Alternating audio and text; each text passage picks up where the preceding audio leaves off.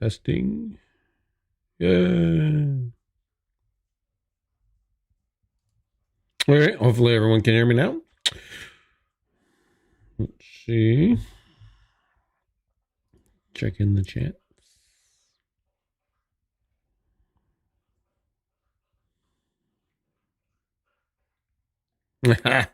There's Michael.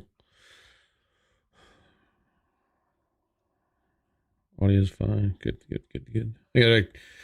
Still got that Yeti issue. It's the Blue Yeti issue. I'm trying to figure it out and why it's switching on and out. And I think ultimately what I'll end up doing is just upgrading the whole system to a Rode Podcaster. There we go. Rode Podcast and a Heil mic, and dump Blue altogether because they don't individually support drivers for their devices, right? So you plug it in and it's supposed to be plug and play. Windows, Mac, doesn't matter. And it's obviously not working. It hasn't been working right since they launched that stupid Logitech. It's called a Logitech G Hub, and it's supposed to be pushing hardware and software flashes through everything to keep everything working. But it's obviously, if you've all attended the shows recently, or anything that I've been on for that matter, it doesn't work that way because it'll work and then it'll shut itself off, and then I gotta switch to microphones and back and forth. And that was pre and post Big Sur, so we know it's a Blue issue and not a Mac issue. Alrighty, so with all that madness, welcome to the episode. This is episode 188.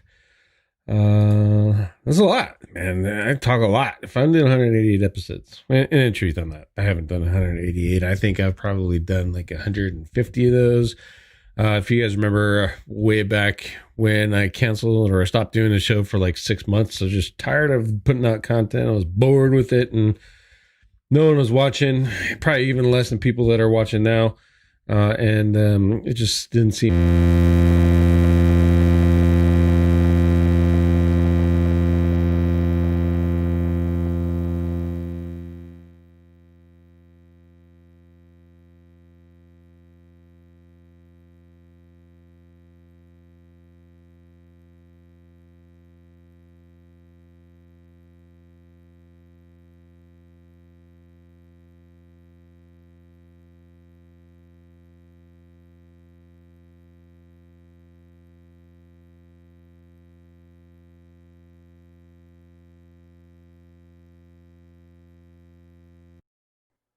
Testing. See? Well, that's what I mean when I'm showing you the fucking Blue.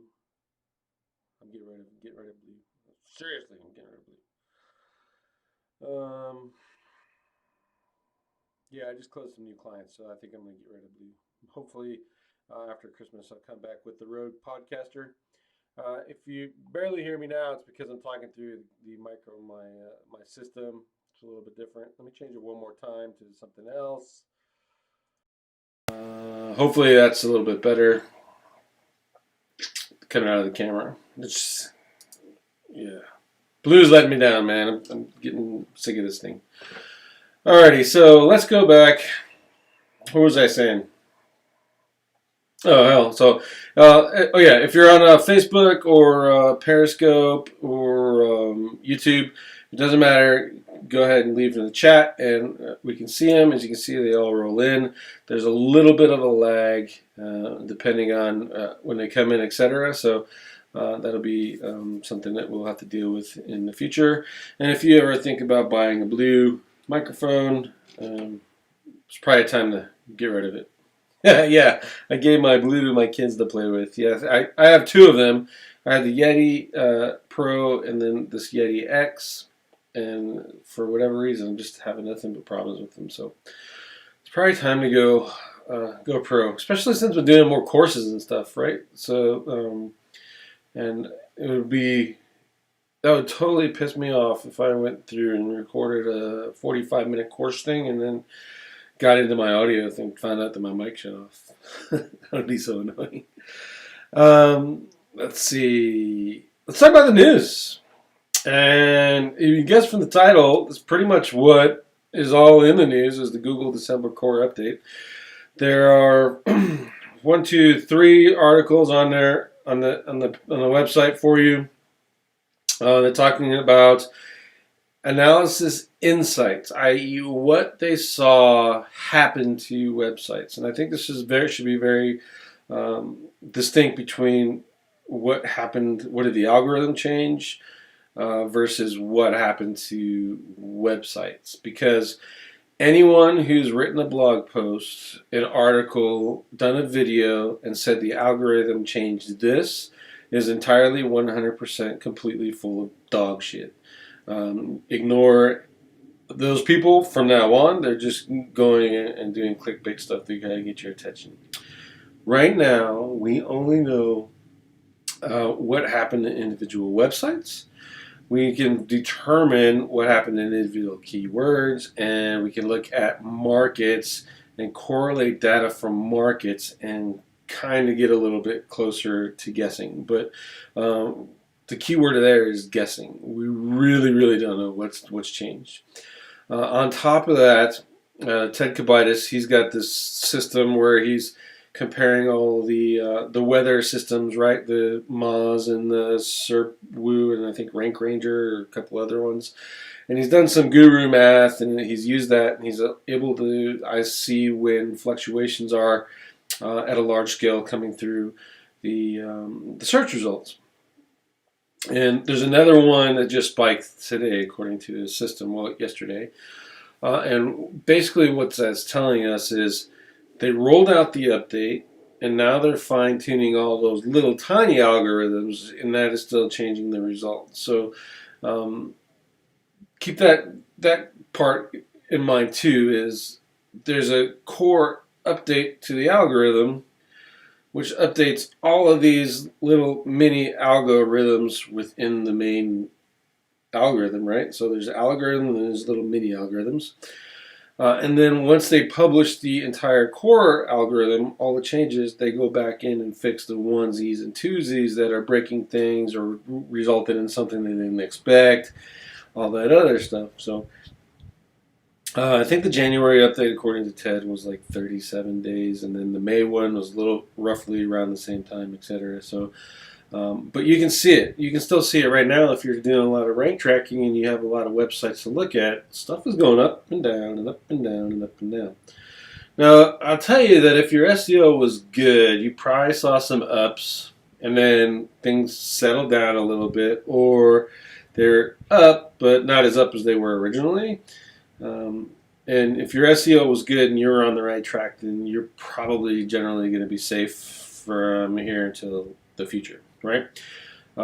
If you went down, it went up, or it recovered, and then it's going back down again, you might have some drama that you got to work about. So what we're going to do is look at some tools. In particular, I always talk about Quora. And it's kind of easy to talk about Quora all the time, right? And I don't want to bore you guys and come across like a Quora fanboy. So what we're going to do is look at a cheaper tool that a lot of people have now, how I would use it to analyze the before and after data of my runs to see if I can figure out what changed. Now, ideally, you would want a Quora report just because there's more in there, but we are going to use Surfer, and I want to show you it's keywords that I'm no longer even trying to rank for. Like, we got where we wanted to be, we found the information that we wanted to find, and so it's over, right? So I don't care about showing you this. I'm gonna look at. What we're going to do is look at some of the data before the algorithm update and some data after the update, and just see, how can we piece that together.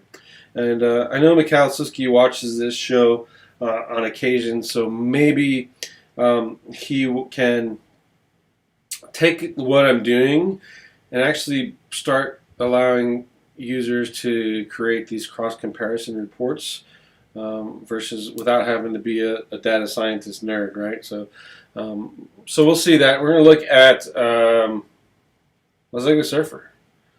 Well, I switch over. Boom. All right.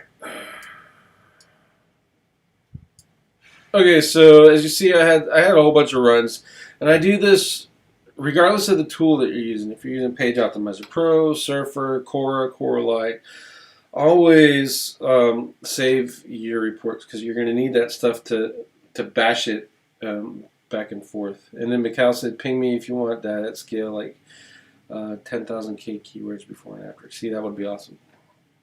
And we'll talk about that, Michael, and maybe kind of bring that together and show that off. So, but I don't really delete anything in here, and hell, I don't. Oops, I didn't want to do that. I usually just keep the queries going forever and ever. I've started and stopped my account a few times, but they made a really good Black Friday deal, so I started it again, and I've been using it ever since. On top of that, if you watched the episode where I did the content editor stuff and I said that cognitive SEO was better than Surfer, well, Surfer, I don't know, maybe those guys heard it, but they fixed their content editor in such a way that it's actually bringing me more data than I was getting in cognitive SEO now. So if you've watched that content editor video episode that I did, I think it's like 3 or 4 weeks back now, 186 I think it is, 184, 186.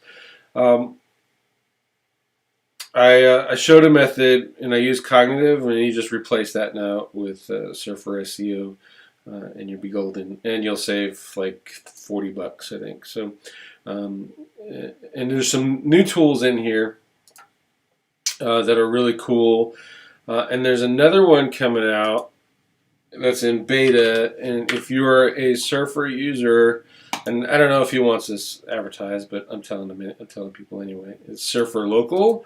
It's in beta, and I have to get to the proper link saved here eventually. Let's see. See if I can get it to go. I just saved it before I signed in.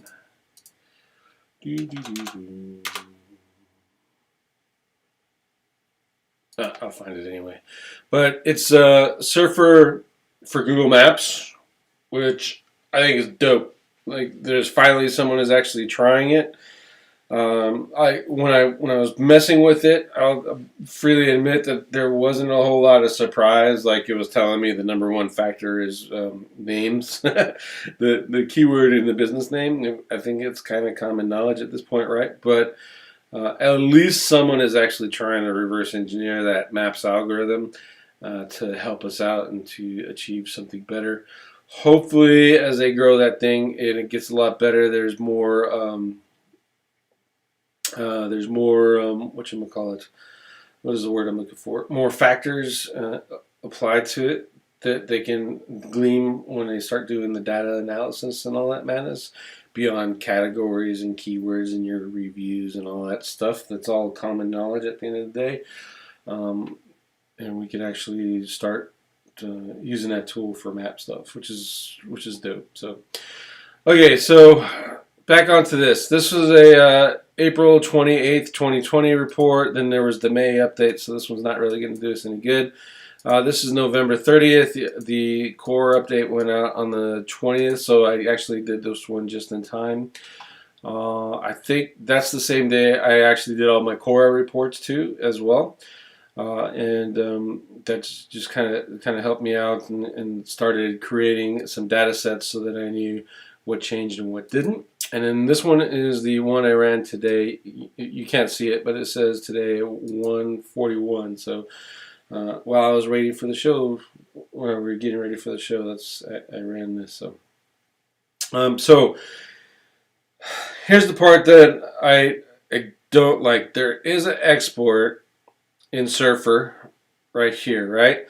And I don't know if you can see my whole screen, but my preview in OBS says you can't. So there you go. There's an export here. When you open that export up, it's the math. It's the math the way Surfer does it and comes up with all this stuff, it's totally fine if you're like a super nerd.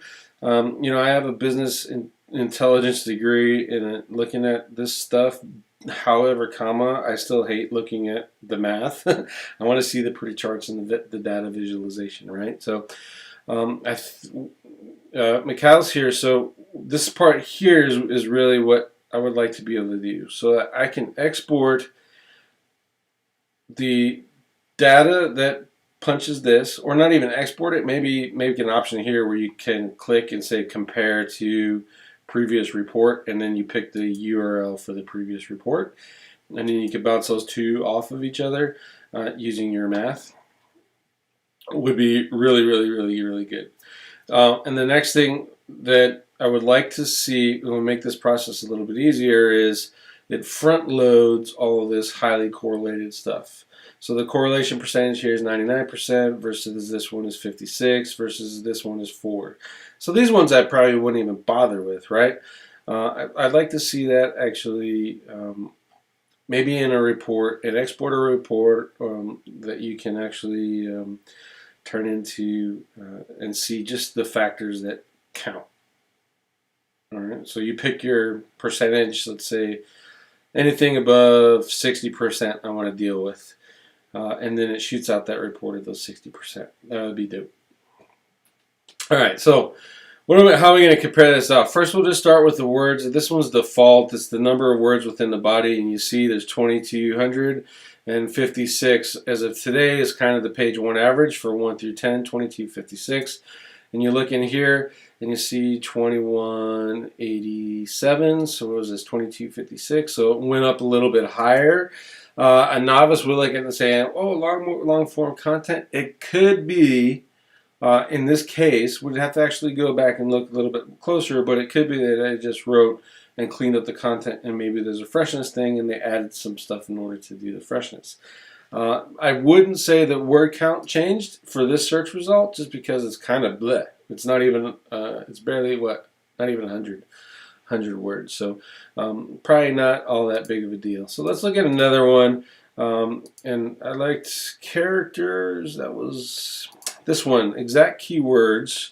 Ted Kabitis did a look, and he said that exact keywords had less of a importance on the search term that he was looking at. And if you see this one, November 30th, 0.06. So I don't know how you get 0.06 of a keyword, but that's math for you, right?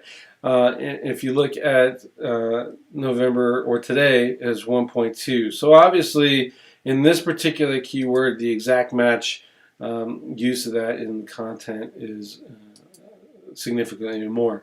And you can look at this one too. I'll just click it because we can see the correlation change already in the graph is the exact keyword density. And this one is here, it's 0, and now it's 0.001. So all the math, right? So at the end of the day, you need more exact match keywords, and if you have more exact match keywords, then obviously your exact match density is going to go up with that. And here's partial keywords. Well, let's look at partial keywords and check this one out. It looks like it actually dropped a little bit, right? 177.9, and we got 200. That's a little interesting. But the correlation is 77%, and this one says it's 94. So I would assume, and Cal knows all this stuff, all the math behind this, but I'm assuming that if this is this one has more words, right? So that would mess up the math with the partial keywords a little bit. But at the end of the day, you see the correlation change significantly from 94 to 77. So that's another thing that we would look at. And you can actually go down. I don't know that I really want to go too much more into this. Is there an option that you guys would like to think of? I like to talk. Let's talk structured data, and I like structured data stuff. So let's compare the structured data, because this structured data is my jam. Here we go.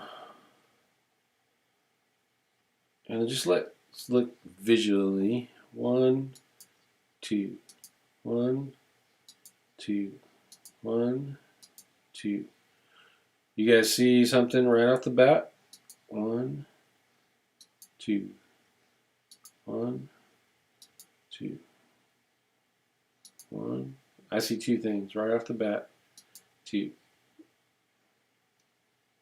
Let me point them out to you. Website schema and video schema. And it's kind of funny because John Mueller was actually dogging on website schema not too long ago and saying, well, obviously it's a website. Duh. You don't need to put website schema. It's obviously a website. But clearly the changes in the algorithm are favoring those that are leveraging website schema a little bit more. To the extent, let's see, there's website, 0.02, and this one is 0.02, structured data website. Did I mess this up? Partial, I got partial keywords clicked somewhere. Where is it? There it is. There we go. So like by the math, it's essentially the same. However, in the correlation, it's 67% versus 29%. And what does that tell us? Well, that tells us that more people are jumping on this to use structured data, and they're jumping onto website schema at the end of the day. Does that mean that any of their schema is any good? More than likely, probably not. But they are using it more, and Google's kind of rewarding them for that. One of the things that I would like to see is this web page one. This is another one that John Mueller said doesn't really matter. And it's a web page, and that's down 21% versus 36, or it's up 30 to 36 now. So it's increasing, and people are getting a little bit smarter about it. I think that's really good. This one, if you've ever been in this market, software application, everyone's using software application because these two sites are using it. However, there is a mobile application schema at the same time. And we implemented it on the site that we're trying to rank for this keyword, and it actually didn't help us. And when we put software, it did. So that's kind of the importance of having tools like this to be able to pull these out and see the differences. You and I would go, hey, we need to put mobile application in there. That's what it is. It's a mobile app, right? But the Google says it's a software app. So that would be a little bit interesting.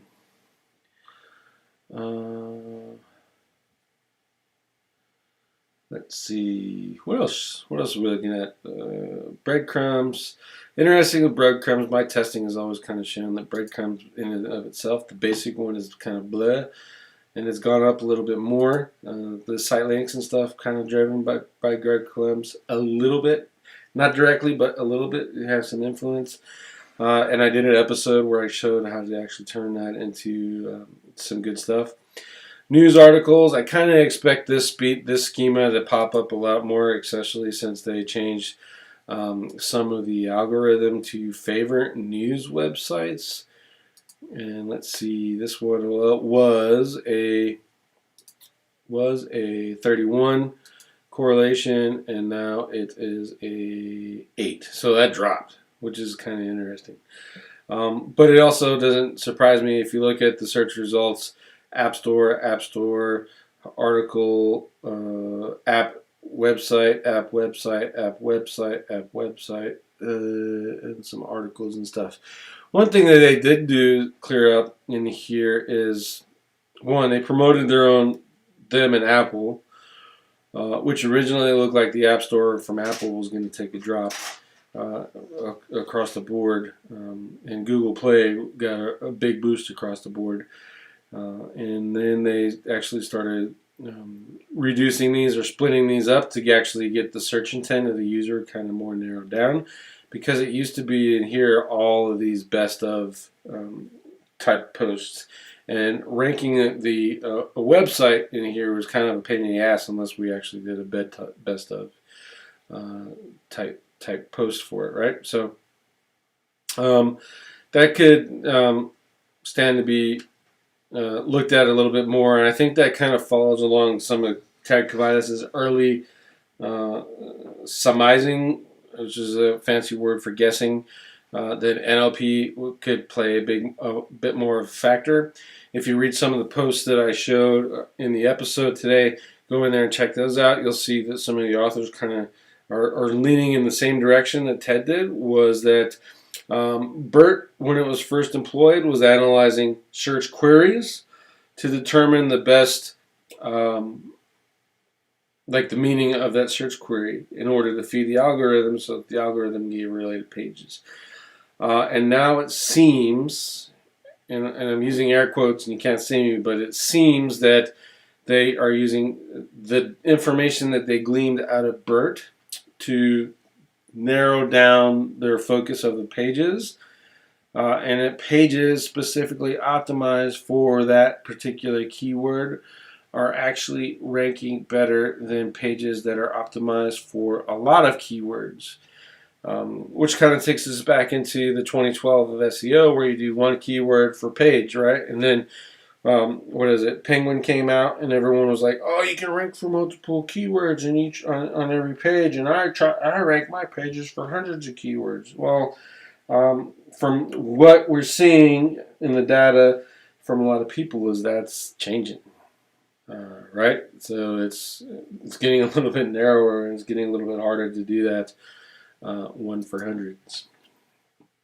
So tools like this one will actually become more and more important, and this one and Keyword Cupid, we talked about that. So we're looking at, I don't get to read my pop-up. I didn't know what he changed. I think this was just shown in the accounts and it wasn't officially announced, but as you can see, if I'm doing a page on a video editor app now, I have all these silos: how to draw, photos to add, apps for drawing. I could possibly make, but I don't want to do a video editor app and then talk about drawing or add photos. Let's see, best screen recorder. There's this nice silo page. Let's see, free. That's kind of gay. Silo page, this would be good. I don't know what the hell a video pad is, if that's even a thing, but it must be. Software, video pad, it's a software, so maybe not. How editing videos, video speed editor, effects to videos, see, that would be a good silo page. And you can come in here and get this keyword cluster and delve deeper. And remember when I said I can rank for this, and then I have all of these variations, is what I'm going to use because I like using the term. I have all these variations that I put in my content, and I can get these a lot better versus a list of like 500 of those stupid things and hoping that I'll push this in here. And this is neat. What does this do? What does this do, Michael? Oh, it gets us ready for the content, and it pulls the NLP data. That's kind of cool. That's awesome. All right, so let's see. You guys have any more questions on here? I know it's a little bit hard. Like the Quora stuff, I do have reports from Quora. Because I'm a greedy capitalist, I'm saving those for the SIA group. And that's I got 30 different keywords combined within roughly 10 different markets. We're going to piece that together and analyze what changed. I wanted to have one done today for you guys, kind of as a Merry Christmas, here's how Google screwed you kind of thing. But the Ted's tool saying that there's still changes coming out, and my rank trackers are kind of agreeing. In my case, it's everything. The first launch of the update, sites dropped significantly. Then the changes, the first round of the tweaks came, and my sites all came back. And then the second round, they're all going up more. So I was actually we're right on track for this update. It was not mean to me, as it were. So we'll see how that goes. As for Surfer, because Michael's here, Rowdy showed you what I like to do so I can compare two of my reports. Another cool feature would be letting me download the math. So letting me download all this data over here in the math, and then giving it to, let's say Sean has a copy of Surfer, and he actually did the keyword. He was running that keyword before, and for whatever reason, I didn't do it. And we can compare those notes together and see what changes in that way.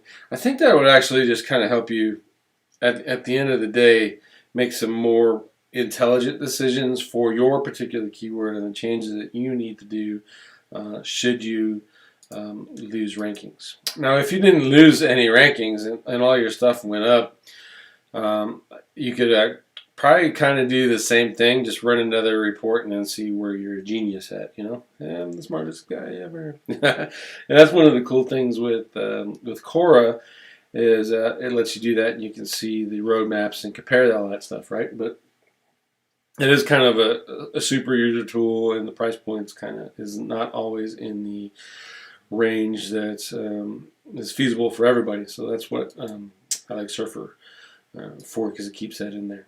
And if I didn't talk enough about their content editor already, man, they killed it. The changes that they made it to this time are just freaking awesome. So I'm really happy with it. That's all I got to talk about. That's how you figure out what changed, right? So if you don't have Quora, use Surfer. If you don't have Surfer and you're using Pop, use your Pop. Compare those reports. Look at them head to head and figure out what changed for your keyword. And it's important. The keyword is what changed for your keyword. Because remember when I talked about the algorithm update? They pushed out the core update. Here's all this collection of algorithms, and we're pushing out the core update to the search algorithm. And now they're making changes to the mini algorithms to tweak to get the results that they were actually looking for. And those tweaks, those changes, and that core algorithm affects every keyword different. And that's why Pop, Surfer, and Quora are around, because they help you measure what they change for your keyword in the right way. So that's, at the end of the day, use one of them. If you're not using any of them, what the hell's wrong with you? All right, question time. I got a little bit of time here for questions. Elton, I got a schema question. I've been putting an authority site in the sponsor and the is part of schema. Is it helpful? Is part of, I'll address that section. So this web page is part of this website. This local business is part of this organization. Think of it that way. This person is part of this membership. So I'm not necessarily, I have to look like specifically at your application and what you're trying to do, right? So schema is like any other website, the kind of thing you can put in a whole little things, but at the end of the day, the 3 guidelines they gave you right there is kind of how I follow it. Now, if you've been putting an authority site in the sponsor, that would, if it's sponsoring something, then I don't, why not? If it isn't, then, but you're talking about that authority website, or the authority website is the subject matter expert recognized by Google, then I would actually use citations, not necessarily sponsor, and you'd probably find that you get the effect that you're looking for. In particular, health, your money, your life niches. Make sure you're using citation schema.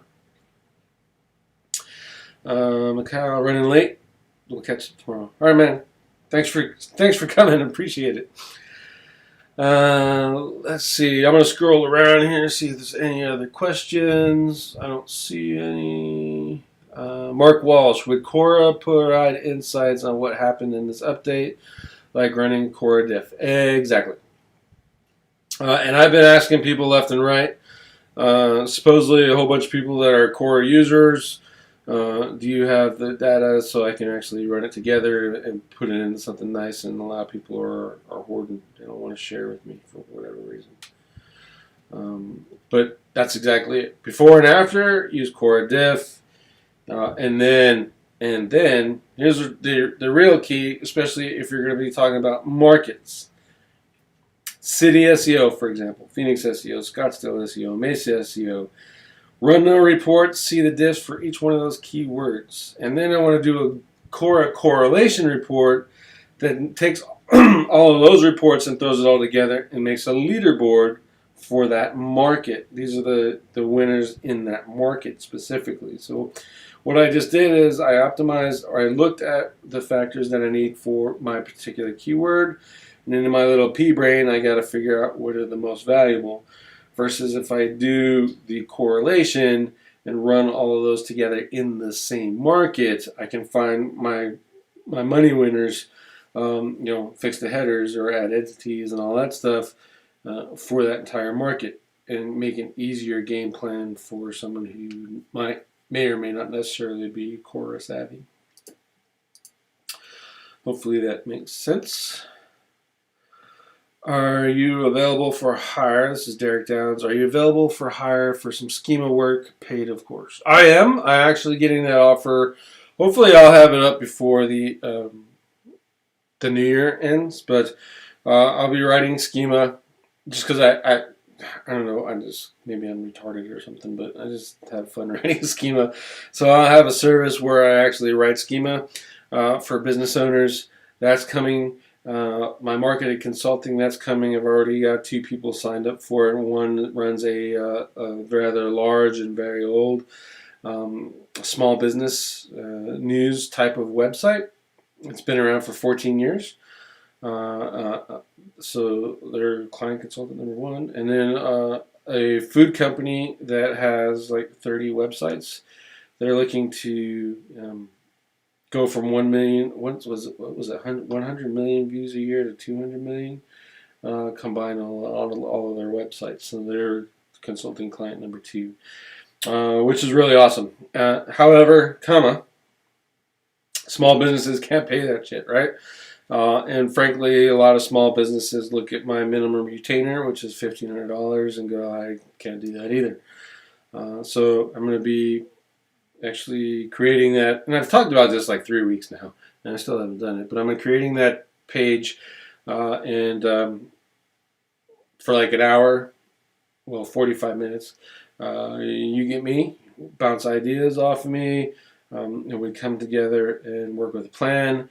You go do whatever you can within your budget, and you're ready for the next steps. You come back, and hopefully doing that, 3, 4, or 5 times, we actually get you into a position where you could pay for me to do fulfillment. So that's the difference between hiring an SEO consultant and hiring an SEO specialist. The consultant, this is what you should do, why you should do it, and go about your way.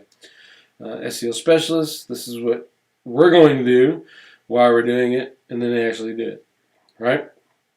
And I'm actually having a lot more fun on the consultant side, if we're being honest. So, alrighty, let's see. That's a lot of rambling. Okay, so hopefully, I